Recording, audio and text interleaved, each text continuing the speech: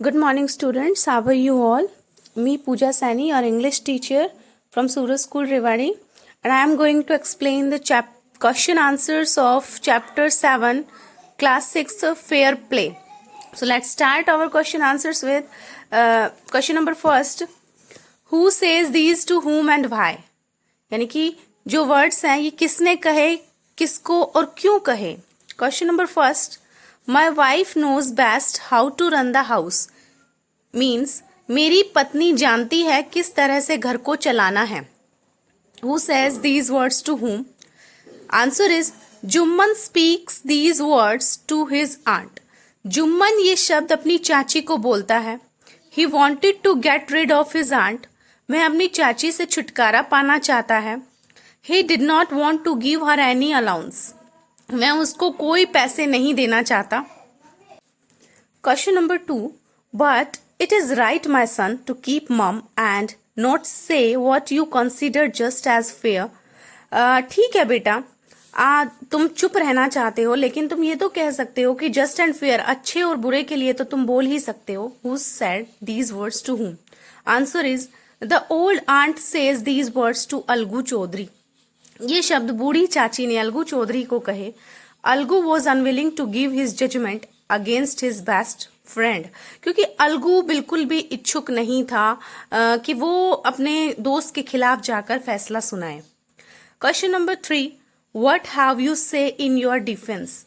तुम्हें अपने बचाव में क्या कहना है? Who says these words to whom? कि तुम्हें अपने बचाव में क्या कहना है? Answer is Algu said these words to Jumman. Algu ने ये शब्द जुम्मन को कहे. When he occupied the seat of the head. जब वह हेड पंच की गद्दी पर बैठा हुआ था. He was keen to do justice. क्योंकि वह अभी फैसला करने वाला था, डिसीजन लेने वाला था. Question number 4. I can not pay you a penny for the wretched beast you sold me. मैं तुम्हें कुछ नहीं दे सकता, कोई पेमेंट मैं तुम्हें नहीं कर सकता, यानी कोई पैसा मैं तुम्हें नहीं दे सकता जो तुमने मुझे जानवर, जो भी बीस्ट यानी कि जो बुलॉक का एक पेयर का एक बैल उसने उसको बेचा था, जिसको समझू साहू को बेचा था अलगू चौधरी ने. तो अब अलगू चौधरी कहता है कि वो तो मर चुका, अब मैं तुम्हें उसकी कोई कीमत नहीं दे सकता. Answer is Sahu said these to Algu Chaudhary. ये शब्द साहू ने अलगू चौधरी को कहे. Algu had sold his bullock to Samjhu Sahu. क्योंकि अलगू ने जो अपना बुलोक था वो समझू साहू को बेचा था. The bullock died because Sahu overworked and underfed the animal. Bullock का जो एक बैल था, यानी जो पेड़ का एक जोड़ा था, वो मर गया. बेचने के बाद, समझू साहू के पास जाने के बाद वो मर गया क्योंकि वो उससे ज्यादा काम लेता था, ओवरवर्कड, एंड उसको खिलाता भी नहीं था. When Algu demanded his money. और जब अलगू ने अपना पैसा मांगा, Algu dishonesty refuse to pay him a penny. और अलगू ने क्लियरली मना कर दिया, समझू साहू ने क्लियरली मना कर दिया कि उसको कोई पैसा नहीं देगा. Last question number 5. Victory to the panchayat, this is justice. Who says these words that victory to the panchayat, panchayat की जय हो, ये शब्द किसने कहे? Jumman was the head panch. Jumman head panch था.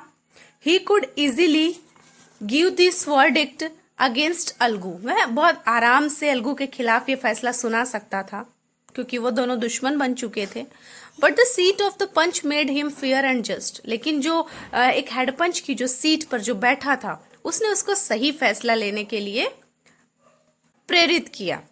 ही आस्क्ड साहू टू पे द मनी टू अलगू. उसने समझू साहू को कहा अपने डिसीजन में कि तुम्हें अलगू को उसके बैल की कीमत देनी होगी. एट दिस, इस पर Algu shouted with joy. Algu खुशी से चिल्लाया and welcome the fair judgement. और उस सही फैसले का वेलकम किया. So these were the question of who says these words to whom. Now discuss we will discuss the question answer in details. And question number first.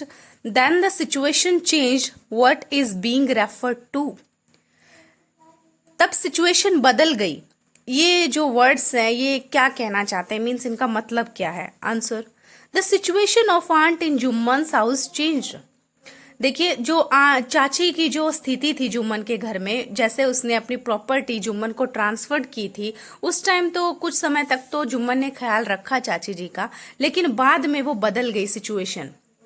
Earlier she was Earlier she was being taken care of, but things changed and she was ill treated. Earlier पहले तो she was being taken care, पहले तो उसका ख्याल रखा जाता था, लेकिन बाद में जो चीजें थी वो बदल गई and she was ill treated. अब उसके साथ बुरा व्यवहार होने लगा।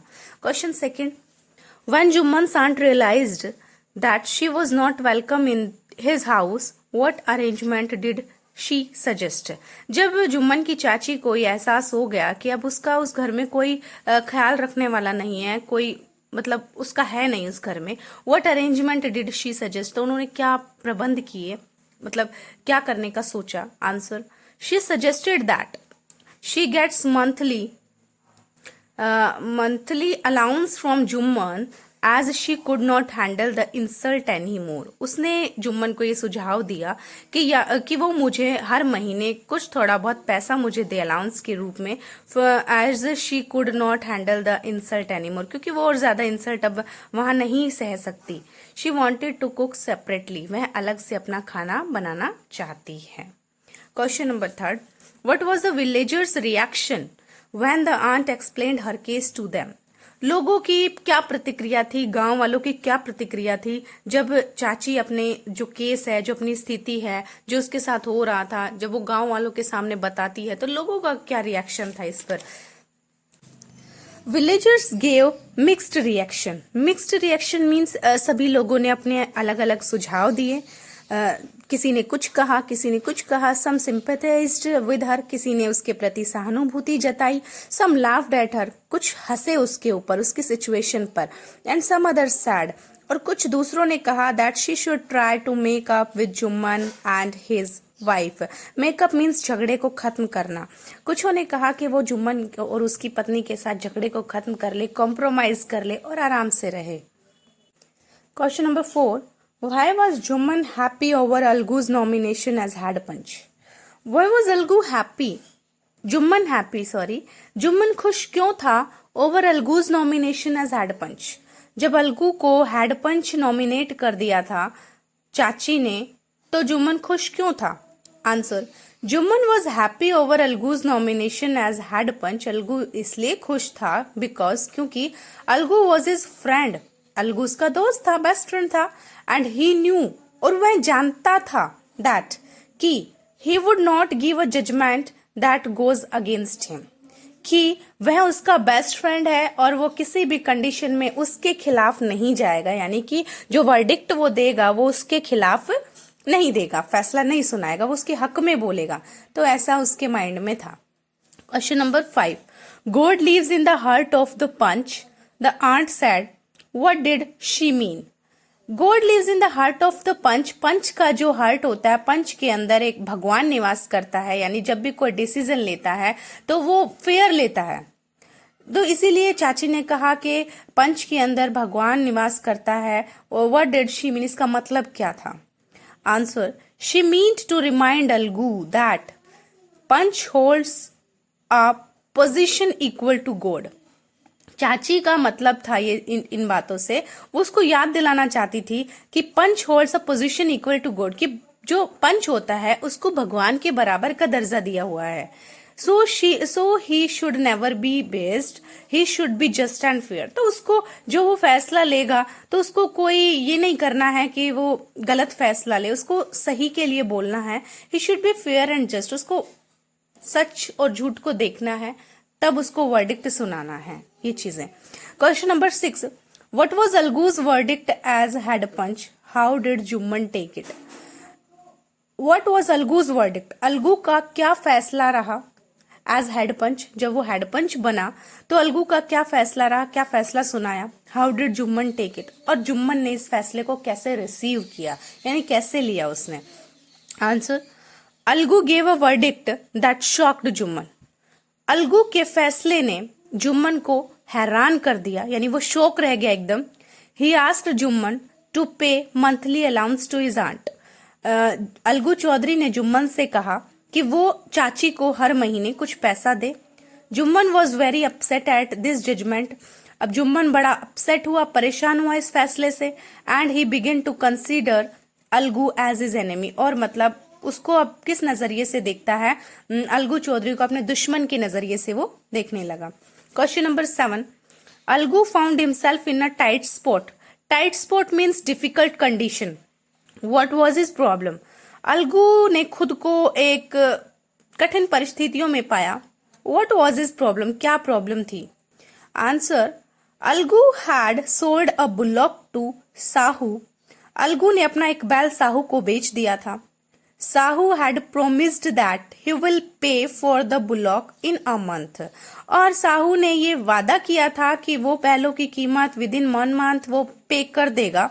बट द बुलॉक डाइड, लेकिन बैल तो मर गया विद इन अ मंथ, 1 महीने के अंदर ही। And Sahu refuse to pay money for the bullock as it died. और बैल के मरने के बाद समझू साहू ने क्लियरली मना कर दिया कि वो बैल की कोई कीमत उसको नहीं पे करेगा।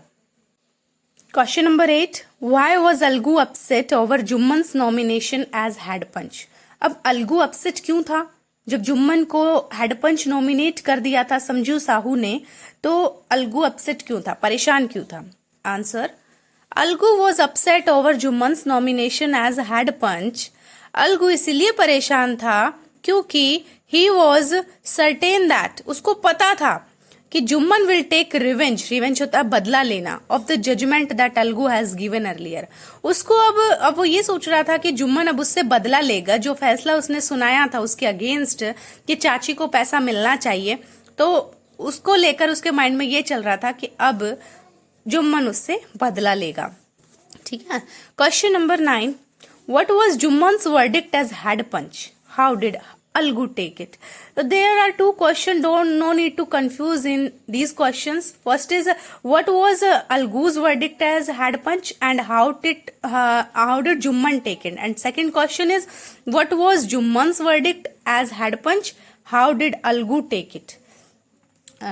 Answer is when Jumman was made the head punch.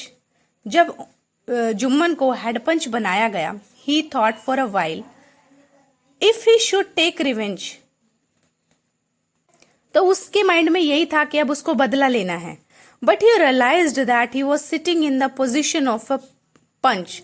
लेकिन जब वो एक पंच के पद पर बैठता है तो उसको ये एहसास होता है कि Jumman's verdict was that Sahu should pay Algu the amount of the bullock.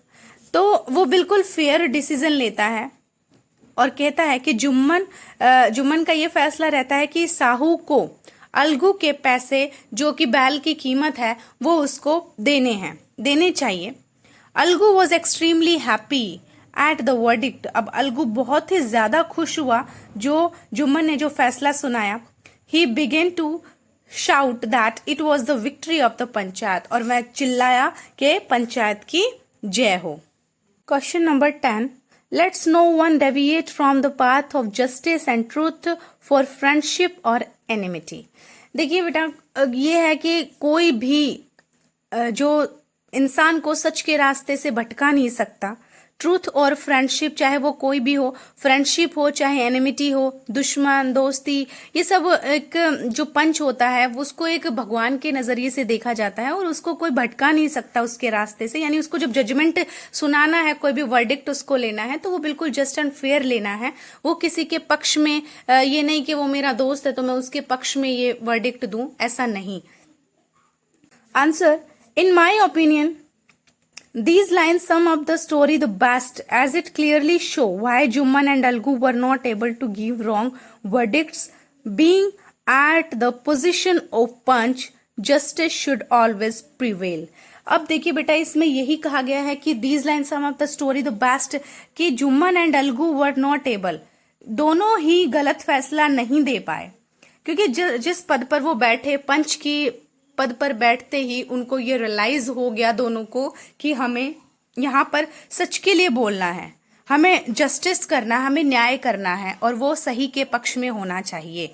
ठीक है, तो ये सारी चीजें जब एक हेड पंच सोचता है या उस पद पर बैठता है तो उसको सिर्फ ये सोचना होता है कि उसको सही फैसला लेना है, उसका उस समय कोई दोस्त या दुश्मन नहीं होता है। ठीक है, I hope you understand these question answers. Okay, so thank you and have a nice day. Do revision of your question answers.